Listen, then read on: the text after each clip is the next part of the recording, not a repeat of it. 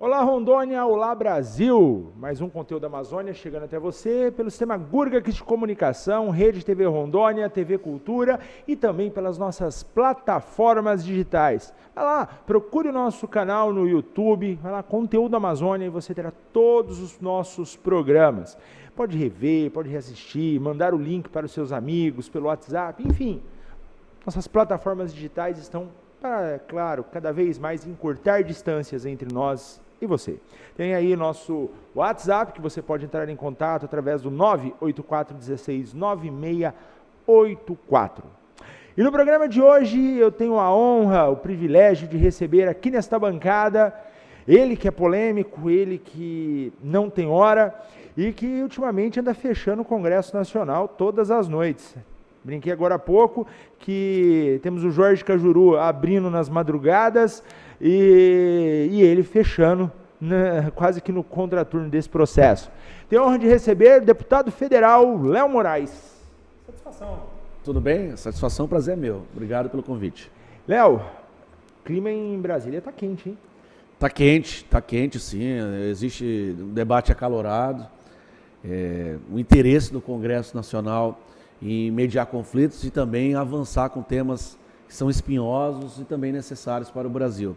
Eu acredito que o Congresso, na sua essência, é exatamente para receber os reclames, as reivindicações e sugestões da população e não pode se furtar em avançar. A gente tem a convicção de que palanque eleitoral tem que ser desmontado e a qualidade legislativa tem que ser aperfeiçoada dia a dia. Essa é uma exigência e é um compromisso que a gente tem desde a época de vereança e que nós temos que procurar estar em constante evolução. E a Câmara Federal tem sido um grande aprendizado. Lógico que existem alguns desvios de conduta ou falhas técnicas por colegas, mas é necessário e isso nada mais deixa de ser a representação imediata da população, é um croquis, é um desenho, é um mosaico geral da nossa nação. E eu acredito que, em forma geral, nesses 3 meses, tem sido um aprendizado e tem sido muito importante essa convivência na Câmara Federal. Isso aí, gostou? Tudo isso e muito mais agora no Conteúdo da Amazônia, que está começando.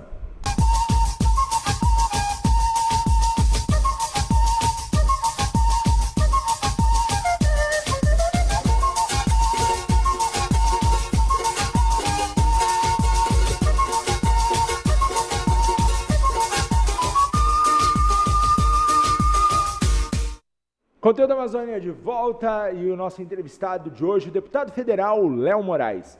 Léo, como que está a CCJ? Tumultuada nessa discussão toda agora com relação à reforma da Previdência. Nos dê detalhes aí, porque essa votação começa agora nesse início de semana, né? Volta-se a discussão da CCJ agora nesta terça-feira. Como que está isso? Bem, a CCJ é uma grande confusão, é verdade. Muitos parlamentares querendo marcar tão somente a posição, outros com atitude louvável, apresentando dados, elementos, é algo que realmente substancia seu ponto de vista.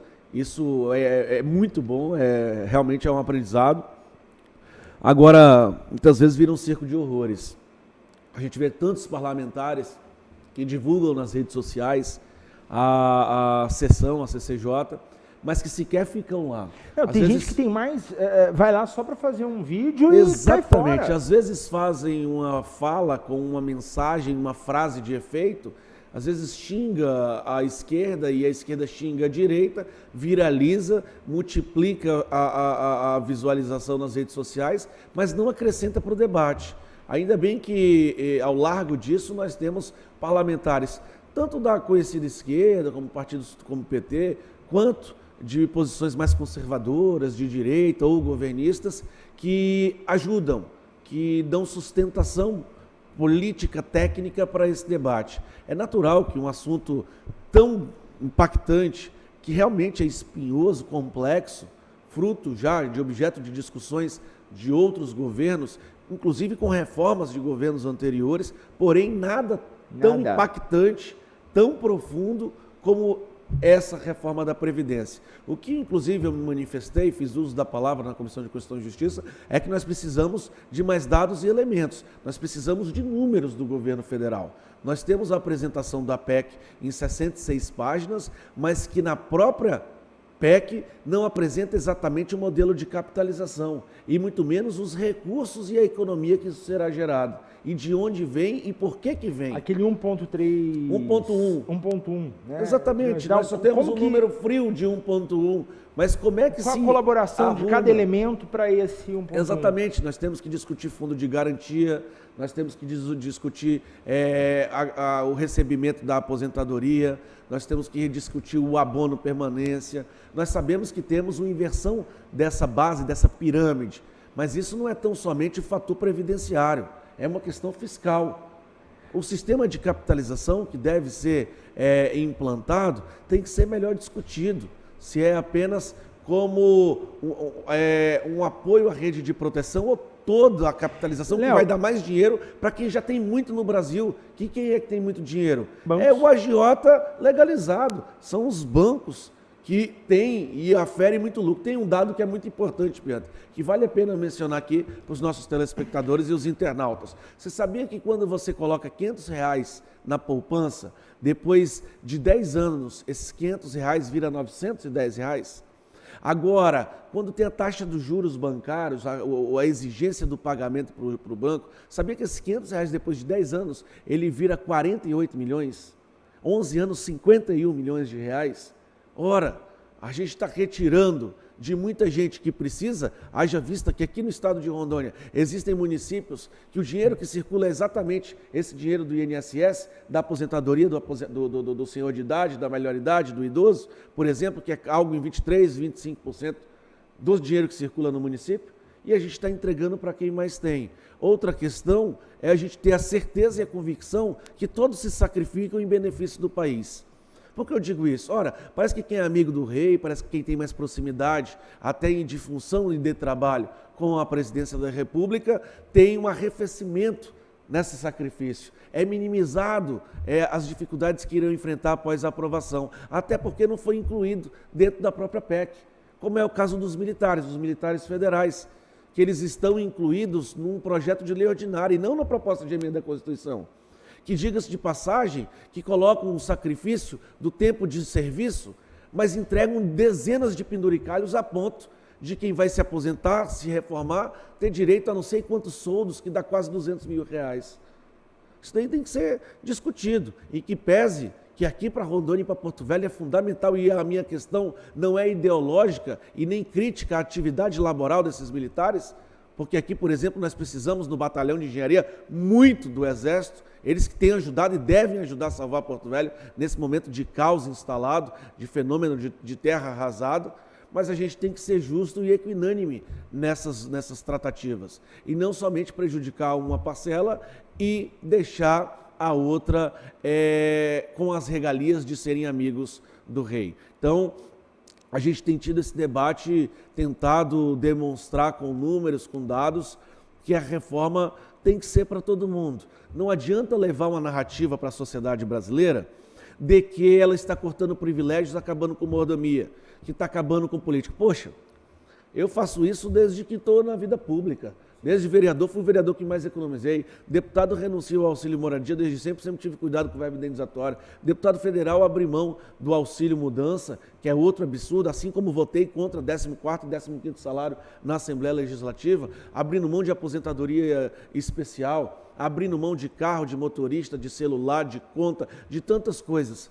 Mas veja bem, isso é uma questão que não é plataforma de campanha e não é proposta eleitoral. É uma questão de convicção. É uma questão de costume, de conduta.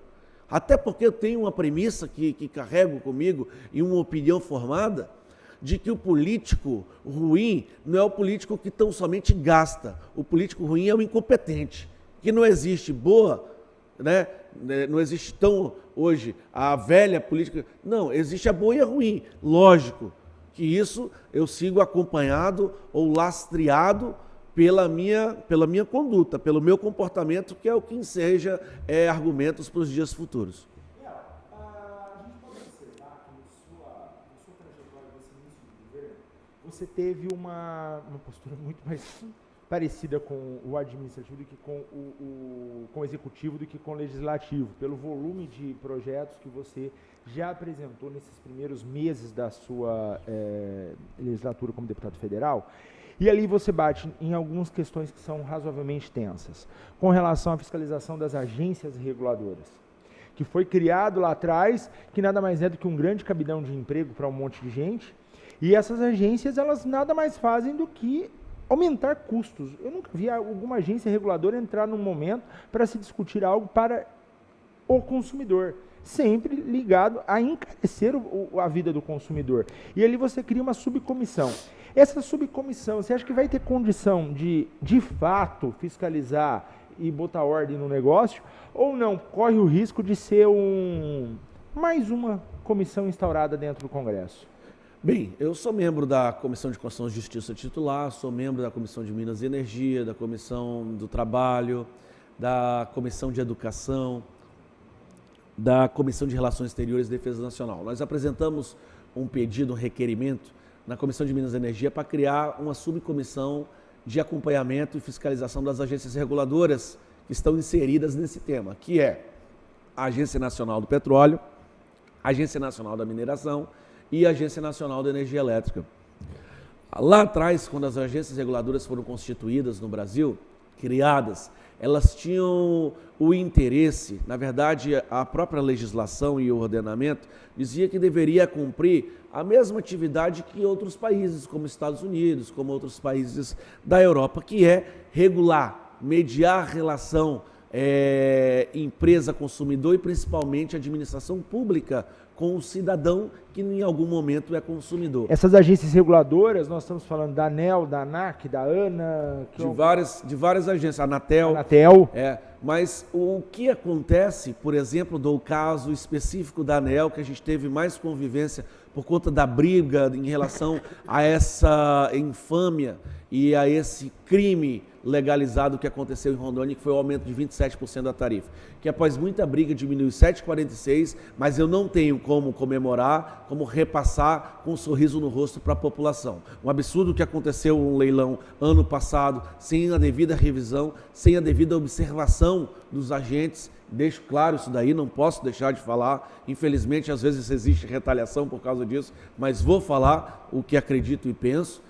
Não observaram o contrato a ponto de impedir que a própria agência reguladora fiscalize a empresa vencedora da concessão do leilão durante os próximos 5 anos. É um absurdo. Só no Brasil, só em terra tupiniquim que isso acontece. É a terra onde tudo acontece, menos o necessário. A gente tem cobrado que essas agências reguladoras, elas atendam o consumidor. Quando houve o leilão, parece que ela está interessada tão somente em conseguir não deixar um leilão deserto, sem uma empresa vencedora. Agora, não conseguem mensurar resultado, repassam imediatamente a necessidade de investimento no setor elétrico, na rede de energia elétrica, nas centrais de distribuição para a população. Eu não acredito nada em concessão que não tenha concorrência. O que eu quero dizer? Uma empresa pública, como é o caso da Ceron, que ela foi deficitária, teve má gestão, sem sombra de dúvidas, ela tem um efeito pernicioso, péssimo para a população. Agora, mais devastador é quando você privatiza ou entrega uma concessão e continuamos a ter apenas uma empresa a prestar e fornecer o serviço.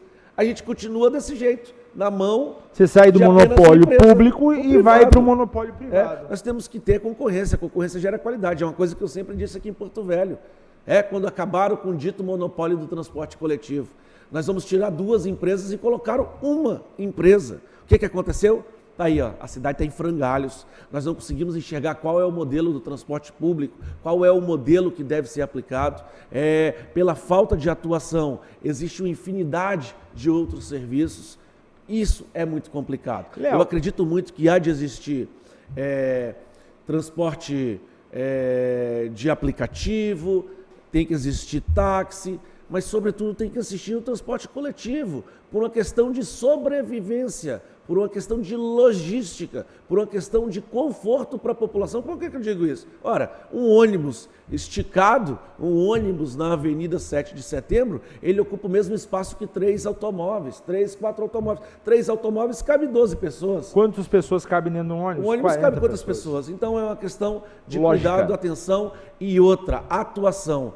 Na falta de atuação, na negligência, vira confusão. Isso não só em Porto Velho, no Brasil e no mundo. Léo, falando em transporte, nós temos duas situações. Aumento, né, e as novas regras, né, das bagagens no transporte aéreo, e isso obviamente impacta para nós aqui em Rondônia muito, porque nós somos reféns do transporte aéreo, isso aumenta o nosso custo. E também o anúncio do governo federal de um grande recurso, um vultuoso recurso para as estradas federais, mas que a nossa BR-364 não está no pacote. Como fica essas duas situações do transporte para o nosso estado? Mas isso você vai responder depois do nosso intervalo comercial. É rapidinho, é no Auto Carro.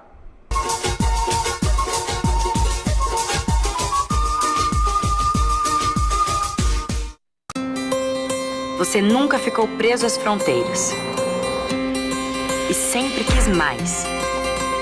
A sabedoria sempre foi importante para você e o conhecimento nunca esteve tão próximo. Com São Lucas, sua formação te deixa muito mais perto das suas conquistas, mas é você que está no controle.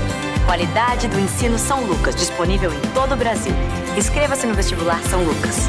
A marca do conhecimento, agora sem limites. A Fonoaudiocenter atende crianças até ao idoso, realizando avaliação audiológica completa, teste da orelhinha, teste da linguinha, avaliação em terapia fonoaudiológica nas áreas de voz, motricidade orofacial, fala, audição, linguagem oral e escrita, e também dá apoio àquelas crianças que estão em processo de alfabetização ou que estão em dificuldade de ser alfabetizados pelo método das boquinhas. Agende uma avaliação, venha nos visitar. Com a Portaria.com, você dispensa o uso das chaves ou tag e permite ao morador ter acesso rápido e seguro ao seu condomínio. Através do QR Code, moradores, colaboradores e prestadores de serviço otimizam sua entrada e saída com muito mais segurança. Penetras nunca mais. Com o sistema Portaria.com, pessoas indesejadas ou não convidadas ficam de fora das suas festas e confraternizações.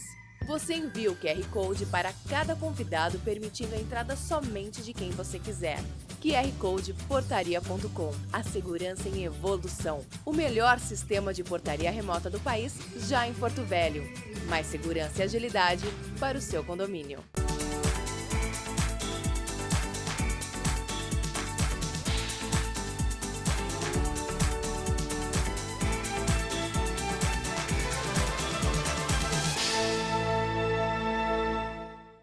Este recado é para você que sofre com miopia, astigmatismo, hipermetropia, presbiopia e que quer se livrar de vez dos óculos. Venha para o Hospital de Olhos Veloso. Aqui você vai encontrar a tecnologia e a credibilidade que procura. Diagnóstico e tratamento para todas as áreas da oftalmologia. E com a cirurgia refrativa laser, seu tratamento pode ser feito em minutos e de forma personalizada. Livre-se dos óculos. Hospital de Olhos Veloso.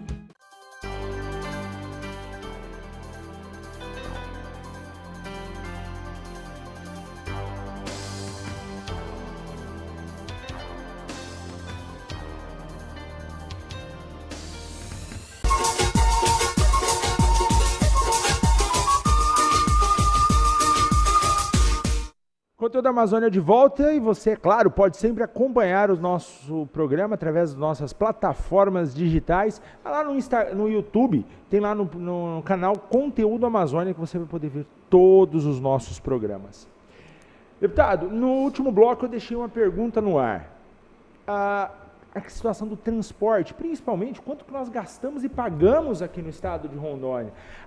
É possível mudar a situação desse abuso de cobrança de bagagens das companhias aéreas? E também perguntei a respeito da BR-364, né? A Rondônia não entrou, a nossa BR-364 não entrou no pacote do governo federal.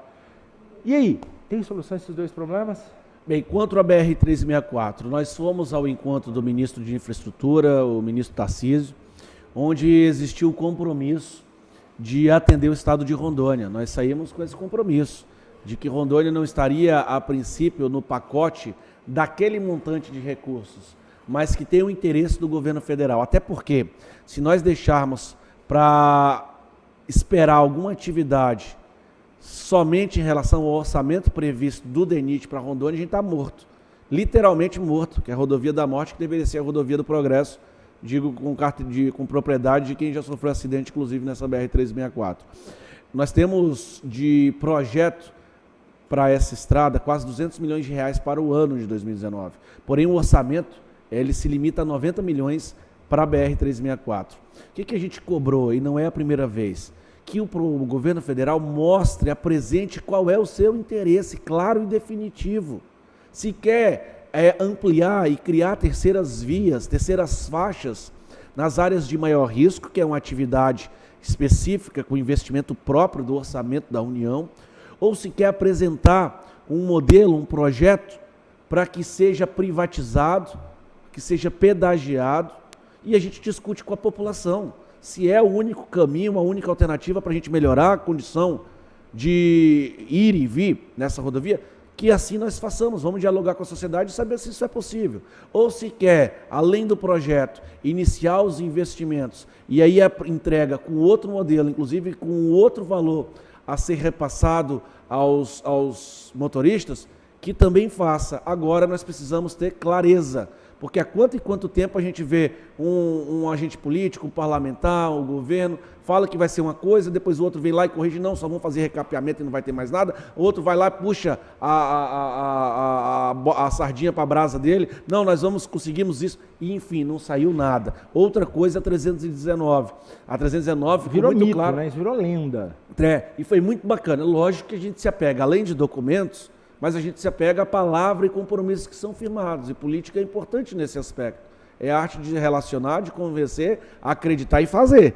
O governo federal nos disse em reunião de bancada do Amazonas, Roraima, Rondônia e até Mato Grosso, que a BR-319, esse ano de 2019, eles vão destravar a questão da licença ambiental e vão atualizar o projeto, que é um investimento alto que será em 2019, para em 2020, já em 2020, conseguir asfaltar cerca de 80 a 100 quilômetros, principalmente naquela área mais difícil. A gente ficou feliz, animado, porque é algo que está há muitos e muitos anos. Isso, gente, para Rondônia é de fundamental importância. Para Porto Velho, poxa, nem se fala, Porto Velho específico. Por quê? Ali é o intercâmbio que a gente vai fazer de pessoas, sem sombra de dúvidas, de tirar estados de áreas isoladas, mas principalmente do intercâmbio de hortifruti granjeiro, de piscicultura, de rebanho bovino. Manaus tem uma população de mais de 2 milhões de habitantes. Tudo que nós produzimos aqui será consumido por Manaus. Além do que, a gente vai ter acesso também a produtos industrializados e tantas coisas. Questão do setor aéreo. A gente briga desde a época de deputado estadual e à época conseguimos evitar muitas majorações e principalmente, na verdade o mais importante, conseguimos a retomada de voos, junto com o FEComércio, junto com entidades, junto com a ABAV. E, mais uma vez, a gente sofre com isso.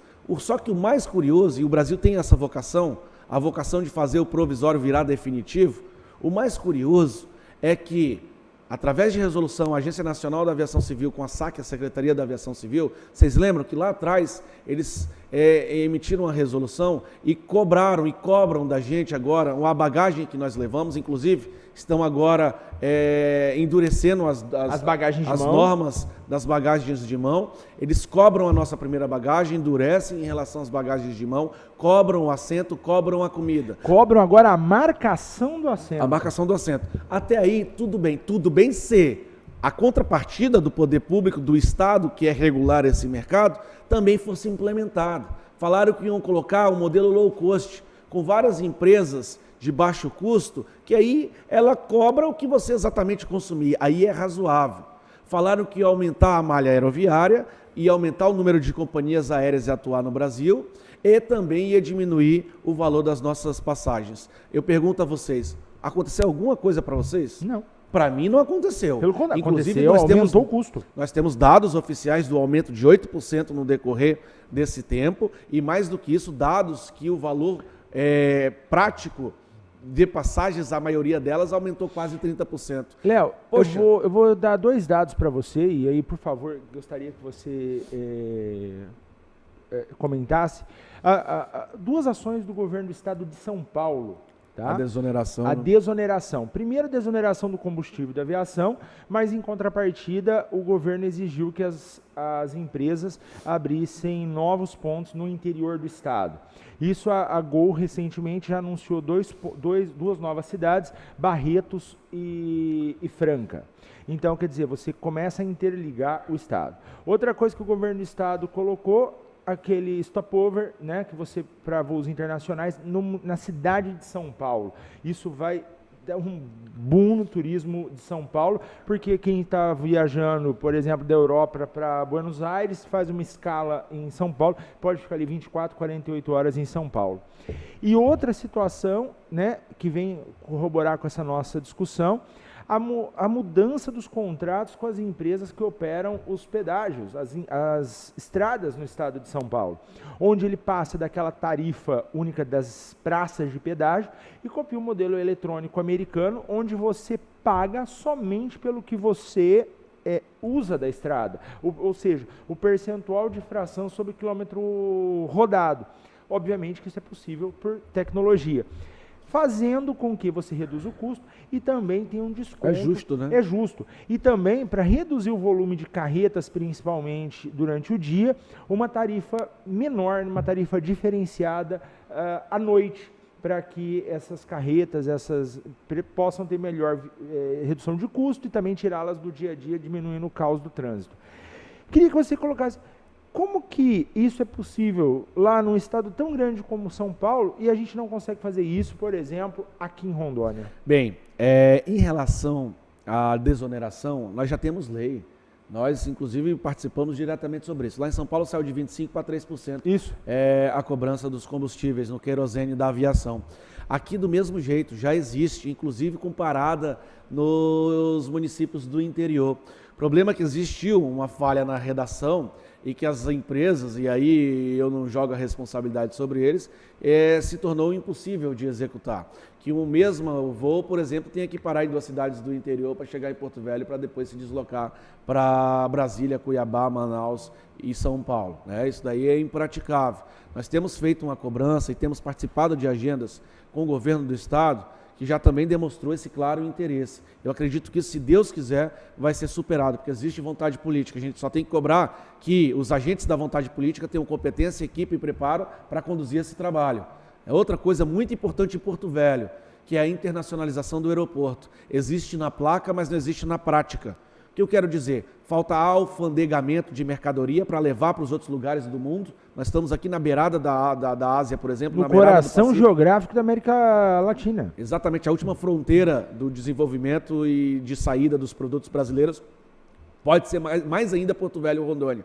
E também o transporte de passageiros, que possa ser um hub de algumas pequenas companhias aéreas que façam Peru, façam viagem à Bolívia, façam viagem aqui aos Andes, que isso oportuniza muita coisa para todos nós. Existe vontade. Portanto, a gente tem trabalhado nesse sentido, é uma briga e é uma plataforma nossa de condução de mandato. Eu acredito que tem tudo para dar muito certo. Os 25 para 3 já existe lei, e a outra questão que você falou do pedágio é formidável, é fantástico, e nós temos que avançar e abraçar a tecnologia. A gente sempre brinca que smartphone, às vezes até o WhatsApp, é a arte de aproximar os distantes e distanciar os próximos, mas sobretudo utilizar a tecnologia para melhorar o setor público brasileiro, trabalhar com parâmetro, com metas da iniciativa privada, não somente ter o comportamento porque é uma outra relação contratual e trabalhista, mas, sobretudo, utilizar a tecnologia, dados, mensurar resultados da iniciativa privada dentro da administração pública. Léo, nosso tempo, infelizmente, já acabou. Mas, assim, eu fico muito feliz de você aproveitar esse canal. Eu sei que você é uma pessoa muito presente nas suas redes sociais, mas também aqui no nosso programa como um balanço para a comunidade. E a gente traz um alento. Tem alguém trabalhando por nós, tem alguém trabalhando pra gente em Brasília, fazendo a nossa bancada, junto com toda a bancada de Rondônia, esse trabalho forte. Rondônia não pode sair do cenário nacional, nós precisamos, de fato, entrar e permear toda esta política de forma justa, de forma séria, para que nosso povo, de fato, possa se sentir honrado e representado por vocês.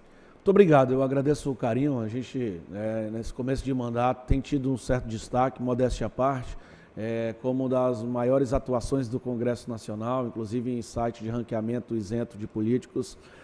Nós temos muitos projetos de austeridade, projetos de fiscalização, que é uma das nossas atribuições primárias mais importantes, e a gente não vai abrir mão e principalmente levar protagonismo de Rondônia para o Congresso Nacional, levar debate e levar posicionamento, postura em detrimento de vantagens e conforto, porque isso não é atividade da política, ela é transitória e ela não é profissão, mas tem que ser conduzida com profissionalismo. Obrigado pelo carinho, eu estou sempre às ordens, estou à disposição para críticas construtivas, sugestões, através das redes sociais. Vocês podem encontrar no Facebook, no Instagram, e eu posso dizer que é um presente, é uma dádiva, e eu sou muito honrado por representar a população do estado de Rondônia, lugar que eu amo, é um lugar que eu pretendo ficar durante toda a vida. Fiquem com Deus, obrigado pelo carinho e contem comigo.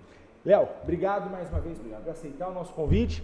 E a você de casa, nosso muito obrigado pela sua audiência. Esperamos você no próximo programa Conteúdo da Amazônia, sempre nessa emissora, quase sempre nesse mesmo horário. Um forte abraço e até lá!